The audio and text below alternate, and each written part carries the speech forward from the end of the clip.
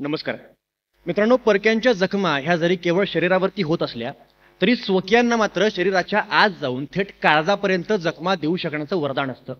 आणि म्हणूनच कदाचित जळलेला गुलमोहर या कादंबरीमध्ये वि स खांडेकर असं लिहायला लागतात की शरीराची जखम उघडी टाकल्याने चिघळते, पण मनाची जखम मात्र उघडी केल्यानंच बरी होते. मित्रांनो, लक्षात घ्या की ज्या एकलव्याचं द्रोणाचार्यांवरती प्रेम होतं, निष्ठा होती, आदर होता, सन्मान होता, त्याच द्रोणाचार्यांमुळे एकलव्याच्या अंगठ्याला झालेली जखम कदाचित ताजी असेलही किंवा नसेलही, पण मला वाटतं इतक्या वर्षांपासून आपण कुणीही उलगडूनच न बघितलेली एकलव्याच्या काळजाची जखम मात्र आजही ताजी आहे. आणि म्हणूनच एकलव्याच्या अंगठ्याबरोबरच त्याच्या काळजाची ही जखम तुमच्या सर्वांसमोर उघडी करून मांडण्यासाठी उभा आहे. नमस्कार, मी स्पर्धक शुभम नंदकुमार मोठे आणि विषय बोलतोय एकलव्याच्या कापलेल्या अंगठ्याची जखम अजून ताजी आहे. मित्रांनो, डॉक्टर आह साळुंखे त्यांच्या एकलव्य नावाच्या पुस्तकात असं म्हणतात की एकलव्याचं केलं जाणारं इतकं जास्त कौतुक हे एकलव्याचा गौरव म्हणून आहे की नक्की बहुजनांनी त्याच्या अशा उद्ध्वस्त होण्याला आदर्श मानून त्याचं अनुकरण करावं म्हणून आहे.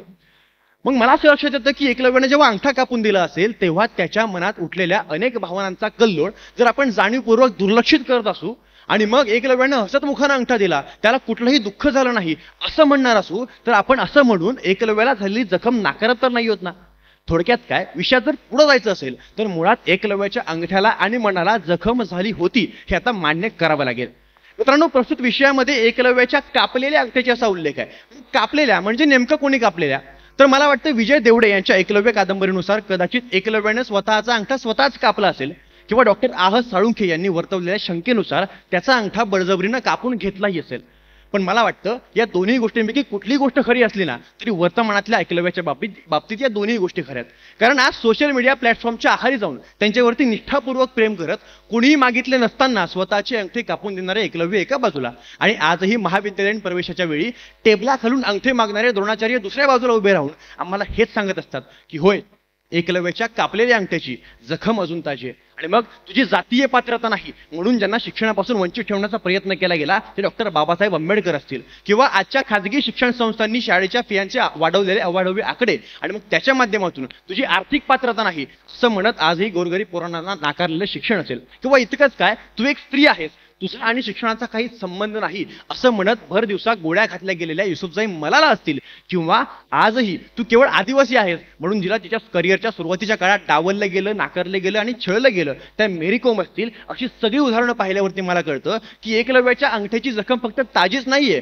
त्या काळापासून या काळापर्यंत पावलोपावली एकलव्याला जखमा देण्याची पद्धत सुद्धा ताजी आहे आणि ती बदलणं आता गरजेचं आहे. आणि याच्या पुढे जाऊन सांगायचं झालं तर अगदी 2 दिवसांवर संविधान दिवस आहे, त्यामुळं अशा गोष्टी जेव्हा अशा माझ्या भारतामध्ये स्वातंत्र्योत्तर काळानंतर घडायला लागतात ना तेव्हा मला ह्या सगळ्या जखमांपेक्षा एकलव्याच्याही जखमेपेक्षा भारतीय संविधानाच्या आर्टिकल 46 ला होणारी जखम जास्त महत्वाची वाटायला लागते. मित्रांनो, श्रीकृष्णाच्या शापामुळे आज अश्वत्थाम्याची सुद्धा अनेक जखमा ताज्या आहेतच, पण तरीही संयोजकांनी विषयामध्ये एकलव्याची जखम असं का बरं म्हटलंय? कारण मला वाटतं अश्वत्थाम्याला त्याच्या वेदना कमी करण्यासाठी वेदव्यास यांच्या संगतीमध्ये राहण्याचं जे वरदान लाभले ना असं कुठलंही वरदान एकलव्याला मात्र लाभलेलं नाहीये. आणि म्हणूनच एकलव्याच्या जखमाही ताज्या आहेत आणि त्या जखमेतून होणाऱ्या वेदना सुद्धा ताज्या आहेत. मग मला वाटतं रयतच्या माध्यमातून अनेक गोरगरीब पोरांपर्यंत शिक्षण पोहोचवणारे कर्मवीर भाऊराव पाटील असतील किंवा इतकंच काय, अगदी अलीकडच्या काळातील रेणुताई गावस्कर, राजू केंद्रे किंवा आमच्या चिंचवडचे पद्मश्री गिरीश प्रभुणे असतील, ही सगळी मंडळी किंवा स्वतःच्या शाळेसाठी स्वतःची 3 एकर बागायत जमीन विकणारे धाराशिवचे सचिन सूर्यवंशी असतील किंवा याच्याही पुढे जाऊन आज लाखो रुपयांचा कंटेंट युट्यूबवरती विद्यार्थ्यांसाठी मोफत उपलब्ध करून देणारे अनेक शिक्षक असतील, ही सगळी माणसं मी पाहतो ना तेव्हा ही सगळी माणसं म्हणजे आधुनिक काळातल्या एकलव्याच्या जखमा कमी व्हाव्यात आणि उद्याच्या एकलव्यांना जखमाच होऊ नयेत यासाठी वरदान म्हणून लाभलेले मला वेदव्यास वाटतात.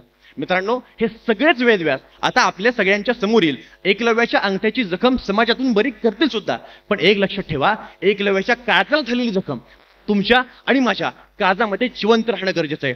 ती का राहणं गरजेचं आहे याचं उत्तर देण्यासाठी एका अज्ञात कवीच्या शब्दांमध्ये फक्त इतकंच सांगतो की इतकी वर्ष लोटली तरी जखमा अजून ताज्याच आहेत, आग देऊनही गोठून राहिलेल्या संवेदनाही माझ्याच आहेत. होईल होईल म्हणता म्हणता होईल सुद्धा ठीक सारं, वाहील वाहील म्हणता म्हणता वाहील सुद्धा बदलाचं वारं, पण मला मात्र तरीही सारं विसरून काही चालणार नाही, मला मात्र तरीही सारं विसरून काही चालणार नाही. जखम ताजीच ठेवावी लागेल, नाहीतर लढता येणार नाही. तुम्हाला आणि मला प्रस्थापितांच्या विरोधात लढता यावं यासाठी जखम ताजीच राहणं अपेक्षित आहे. धन्यवाद.